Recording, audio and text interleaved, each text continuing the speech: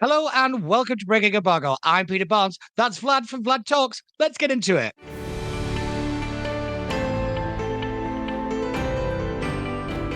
Hi, Vlad. How's it going? It's nice to see you again. Hello, it's very nice. In the beginning of my show, I usually say, hello, it's very nice to have you on my podcast. But now that we have switched sides, I'm going to say, hello, it's very nice to be interviewed by you. No, it's really weird, isn't it? When you start jumping around on different shows and then you start hosting a show, everyone's like, "This is weird." Obviously, because I do some of the TV stuff, people are like, "I don't like it. We're going back to how it used to be." It's like a power imbalance for them. But it's been really good to kind of obviously I enjoyed so much being on your show. I thought it was a really good chat that we have, and I hate to say it, a lot of what we talked about has rather come to pass, hasn't it?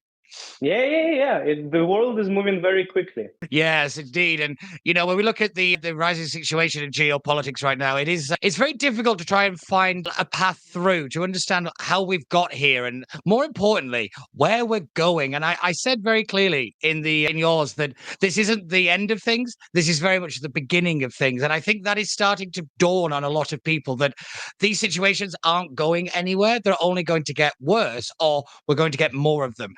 Given the situation in Ukraine, for example, something else that has dropped out of the media all of a sudden because of, Iran and then Gaza and all the rest of it. Where do we stand with Ukraine? We've tried these peace talks. We've had the blow up in the White House, which was just nominal television, but terrible geopolitics. I mean, give us your thoughts. Where are we? What's happening? I think there is no doubt that Iran, Israel, Ukraine, and Russian issue, Palestine, are all interconnected. And in the same way, I mean, with Trump, there is this meme going online that when you've tried to end two wars, but you've now had your third one going on. I think this very much affects Ukraine. It affects Trump. I can see through his eyes as he really genuinely wanted to solve problems, but now something is not working. And I'm not sure whether Trump is to blame for that. I'm not sure whether Trump exactly is to blame for not being able to negotiate, not be able to negotiate the peace between Ukraine and Russia. I'm not sure whether he's to blame for the outburst, the start of the war between Iran and Israel.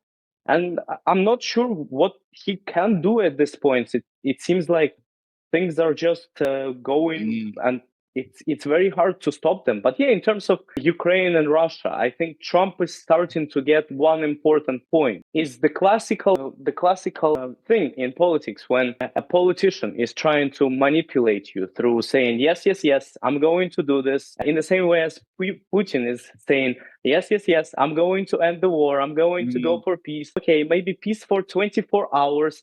But then eventually he doesn't do it because for Putin, it just doesn't make sense for his ambitions as a dictator. It just doesn't make sense for him to end the war.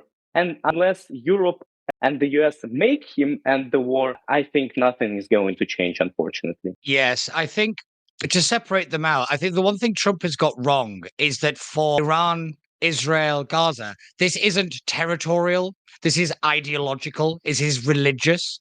For the Ukraine and Putin situation, Trump is looking at this like it's a kind of business deal. Like we've got to find the best for both parties. It's not that for Putin, and it's not that for Ukraine. Certainly, this isn't a if everybody's miserable, everybody's happy situation. This is a matter of principle, and he doesn't really understand that because he's looking at it from a kind of corporate American view rather than understanding the history, the hurt, the fact that for Ukraine, it is their people that are dying in the street, and they're not going to take anything less than getting their own territory back. And the fact that Putin will not be able to do it again. They won't accept anything less than that. And Trump can't get that into his head because he just sees everything as a compromise. But he doesn't see it as a compromise as a negative. He sees it as a positive. As for Ukraine, a compromise there is the negative. And I think till he understands that, I don't think America is actually going to be able to fix anything. And I've always been annoyed with Americans who wander into conflicts that are older than their own country and start to think that they can explain it to people. I get really annoyed actually with a lot of Americans, and particularly in the establishment of America in DC, who think, oh, well, just do this. And I'm like, it doesn't matter. You cannot negotiate with somebody who wants to blow your head off.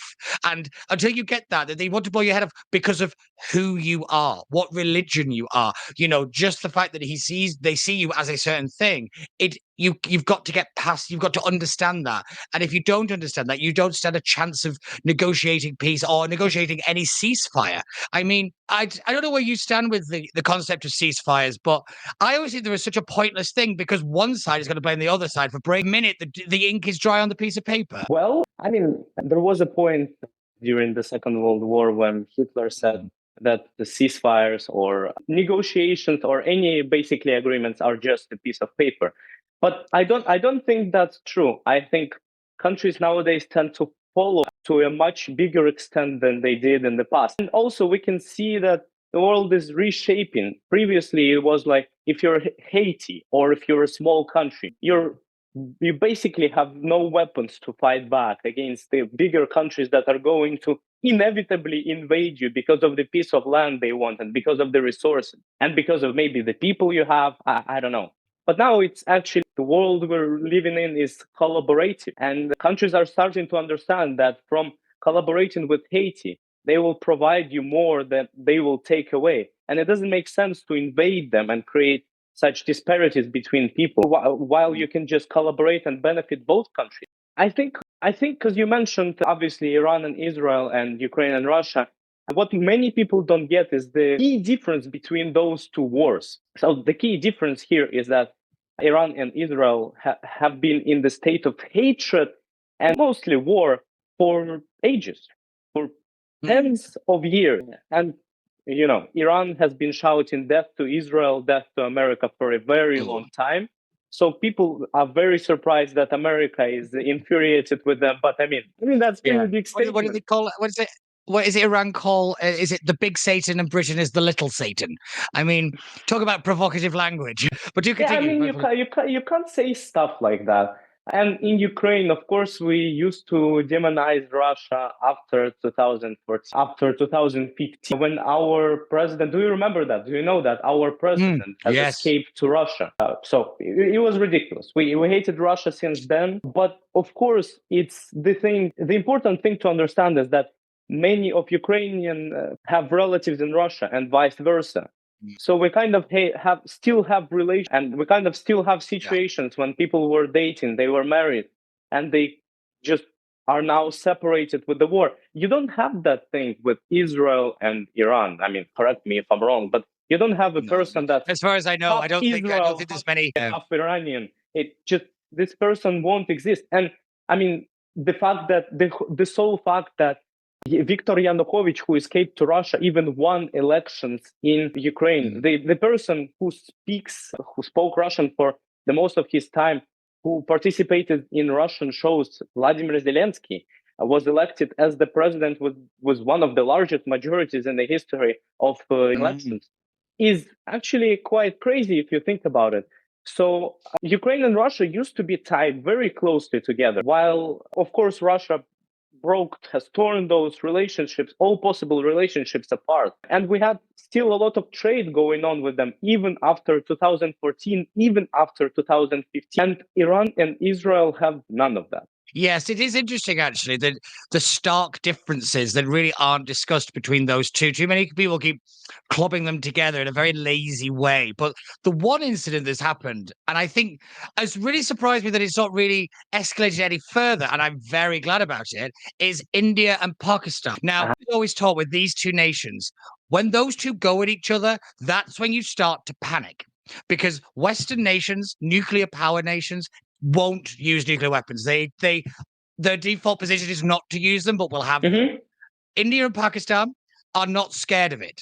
They're not scared of using the weapons. They consider it, I think it was Pakistan, consider it a holy mission to get them and to attain them, And when that escalated, I thought, oh, okay, this is now a serious problem in terms of global security and all the rest of it. I thought this would diminish everything. I was very fascinated to see how quickly that died down. And I know that the Americans interceded very early on in that. Do you think that might be the difference, is that America another nation got involved straight away. As with Ukraine, it took the world, God knows how long. Brits were the first ones, but everybody else were months behind. And Israel, Gaza, there's so many people involved. There might be too many people involved. That might be a problem there.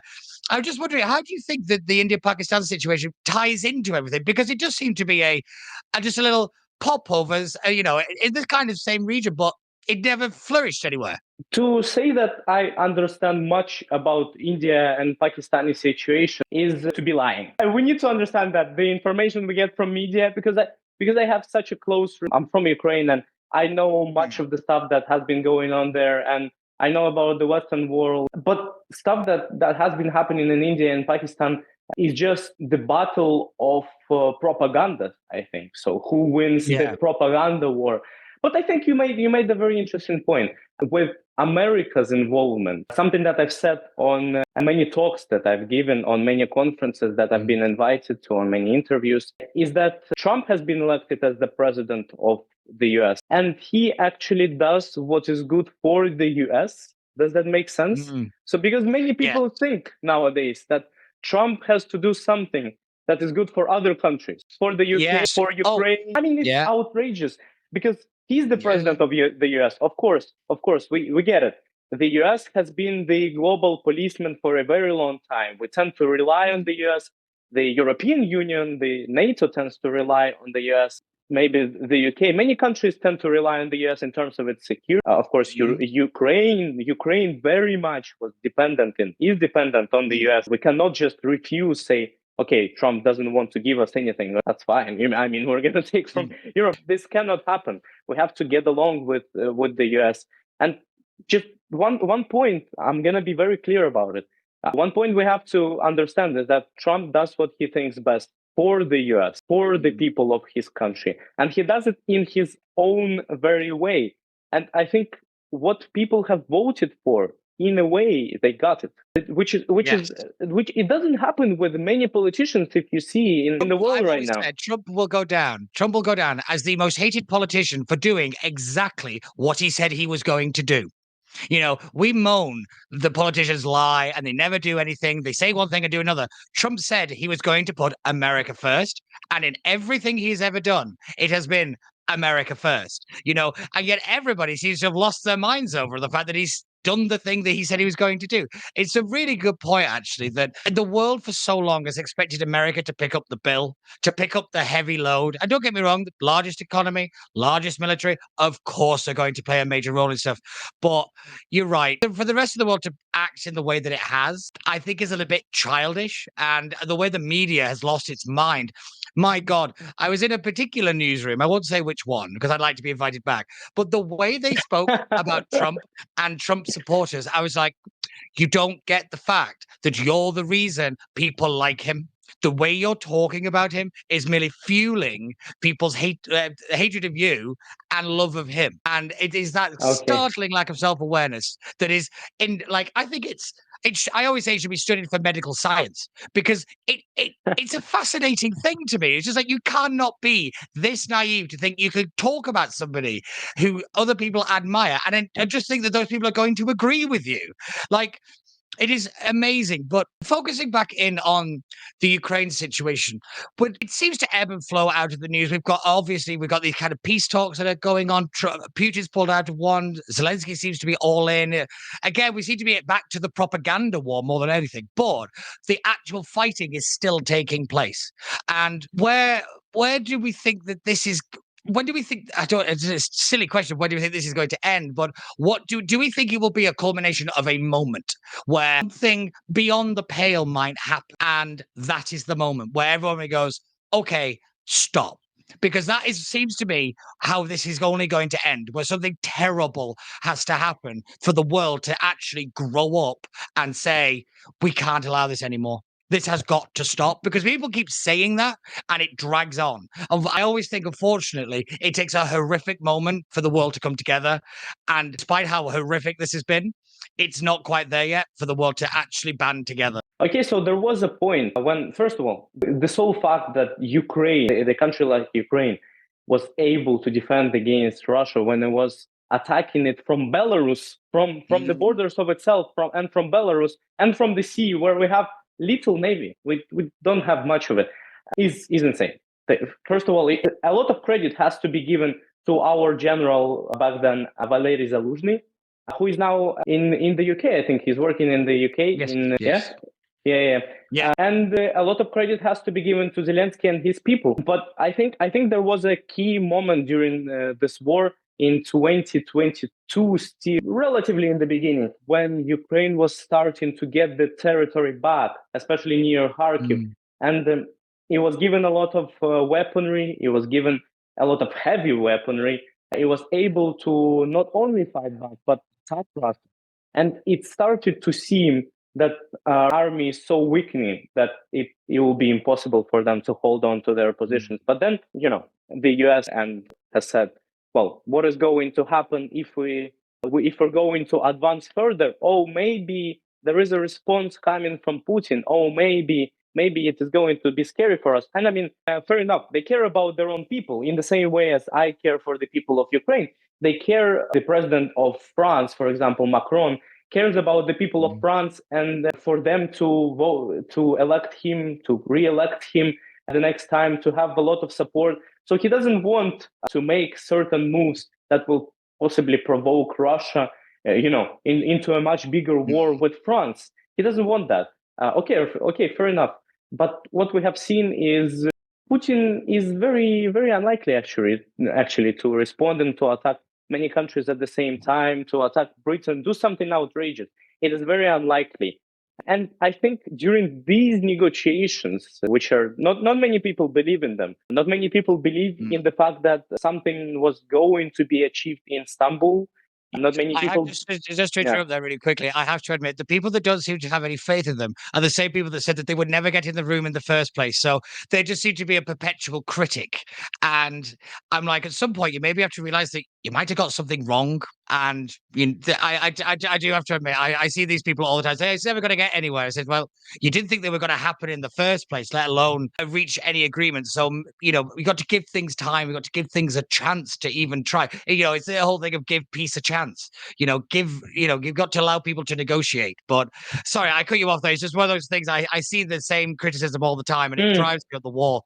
It's just like, it's the self-awareness thing. But please do continue there. No, I definitely get that, and it's a very good point.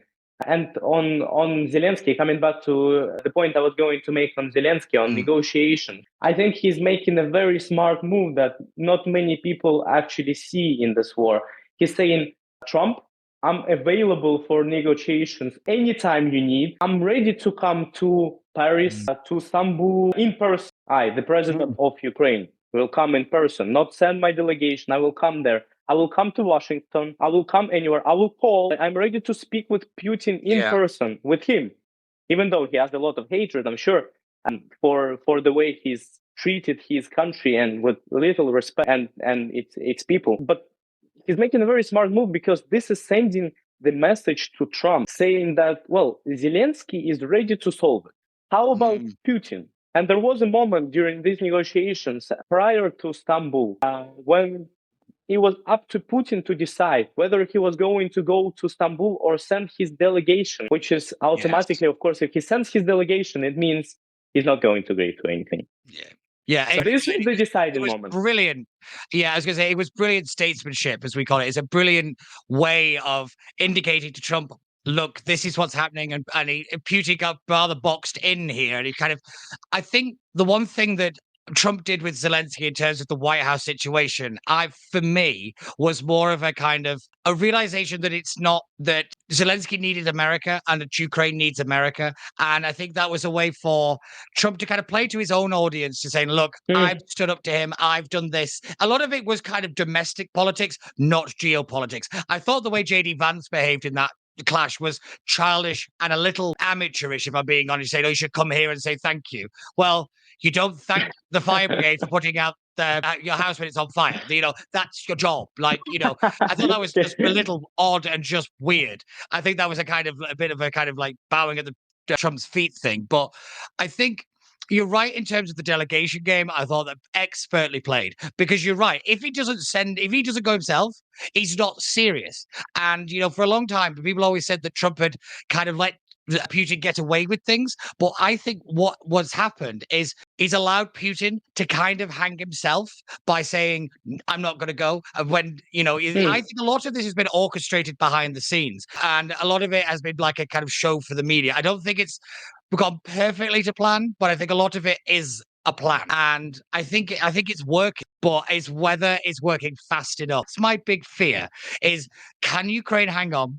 Can the world hang on? Now, everything else is going off around it. Can Ukraine stay in the media eye, therefore the public's eye, and therefore politicians' eyes long enough? Because with Gaza is dominating. Now, Iran is going to dominate because Iran and the nuclear aspect, it's about attention. And for a long time, Ukraine had all of it. Then he seemed to have none of it. That's my fear. Do you think politicians are still, whether it be here, the European Union, or wherever, because I know we'll get onto it, but I know you've worked in a lot of different places. Do you think it's there in the mind's eye of people? Because, I mean, I do this for a living, and even I can't keep up. Well, a lot of people, my expectations when I entered politics, worked in internships, worked as an assistant of certain MPs in Ukraine, in Westminster Parliament, in the European Parliament. My expectations was that people enter politics mostly for their selfish reasons. My expectations was that. But that wasn't true. I'm going to admit it. Because many politicians in Westminster and European Parliament, certainly, they don't chase money, they don't chase fame, they certainly want to help. Now, the ways in which they want to help, and of course, this is where the political discourse comes into place. This is where there is this whole argument that the conservatives are saying that Labour just wants to hurt the country, and the Labour people are saying the conservatives are just chasing winning and don't care about the country either. But in fact, it's none of those things. Both parties care about both parties care about the country they represent, but they do it in different ways. I think it's very important nowadays in the world to find that point where we come as one solid unit and not as a set of parties. AfD in Germany, Reform, some radical left-wing parties. It is important to come together to a certain goal and I mean chase it. But unfortunately, I don't think it is going well in this regard. I don't think under Trump somehow we can say that something has been going better. I don't think maybe we need more time to let this play out. I've been in support of Trump a little bit more than in support of Kamala Harris during the 2024 elections. But I don't see now, I mean, we don't know what would have happened if Kamala Harris would have got elected, but I don't see how now it's much better than it was before. And I think with Putin, you made the point on Trump relationships with Putin. It's very important to understand that with people like Putin, Trump has chosen his very controversial strategy to negotiate with him, which was trying to be on nice terms with him and maybe speak his language. And maybe he will understand, which if that would have worked, I mean, if that would have achieved peace in Ukraine, the kind of peace that Ukrainians want, the kind of peace that Trump wanted to seal the way he wanted to seal the deal, that would have been great. That would have been smart. Yeah. If that would have worked, no questions asked.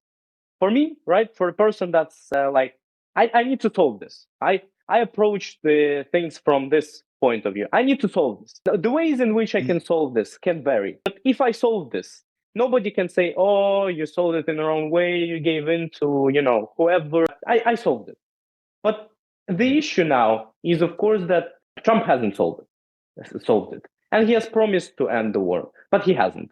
That's the truth. That's the facts. Yeah. And let's see how it is going to play out. I would love to have faith in Trump and his team. I would love to think that they want to benefit every country on earth. And I'm glad if eventually this comes down to ceasefires in all of countries. But I don't think Israel and Iran are both. I definitely don't think they both want to calm things down. I definitely think Israel is empowered by the fact that they are supported by the US, and I don't think they really want to, calm down. That's interesting. You say that they're emboldened by US support. I actually think they're emboldened by the fact that they don't care anymore. I Mm. think that they've somehow accepted that they are going to be the villain, that they are the world's villains, despite the fact that they are certainly not. And they're saying, well, if you're not going to help us, we're going to do it anyway. I think they've kind of hit that point of kind of, if you're either with us or against us, we don't care. And I think they've kind of stopped trying to be, not to like have acts of contrition, but kind of stopped saying, oh, well we get it, we get it. They've had none of that. I think October 7th was the moment, but I also think it was actually, for me, the returning of the hostages, and when they were the dead, they had the coffins and the dead bodies, and the celebration of Hamas while they did that, and the humiliation of Israel at that. I think that was the final straw. I think, there was that rumors that they were trying to blow up a bus, and like that situation and all the rest of it. I think that was the moment, when that. And then the body was misidentified and the strangled baby. I think there was a moment where even the most ardent Netanyahu critic went, no, just no. Mm. And I think a lot of people in the world, and I think this ties right back to the Ukraine situation, is they don't get it because they've never lived it. They've never seen the horror of what can happen. They see it on the television, they see it on the films and in movies and all the rest of it. But when it's people and it's people that you are in the same country, your own people slaughtered, you have a very different response than the else's nation. You can empathize, but you won't understand. Yeah, let's talk facts. Let's not talk, opinions.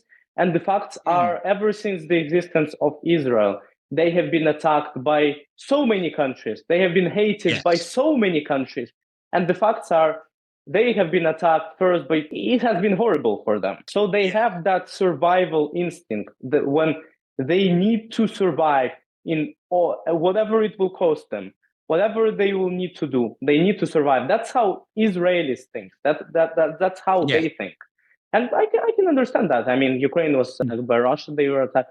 There were so many wars with Israel in so little time of its existence after the Second World War.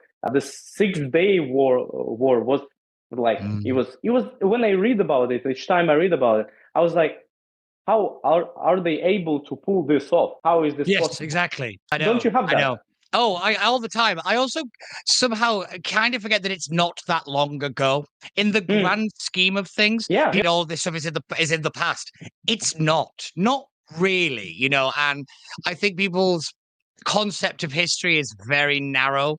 And I think that is a big problem when they're trying to understand big conflicts and why certain cultures don't like each other. It's not that it happened yesterday. This is a long stream of attacks. And the reason that Israel behaves the way that it does is because of the history of the Jewish people. And they have been consistently attacked. They've been forced out of every nation they've ever tried to live in. So you wonder why they have such this defensive nature and the need to protect themselves. It's because of a deep cultural understanding that they are always under attack. And I think people really need to get their heads around that. Look at Ukraine, for example.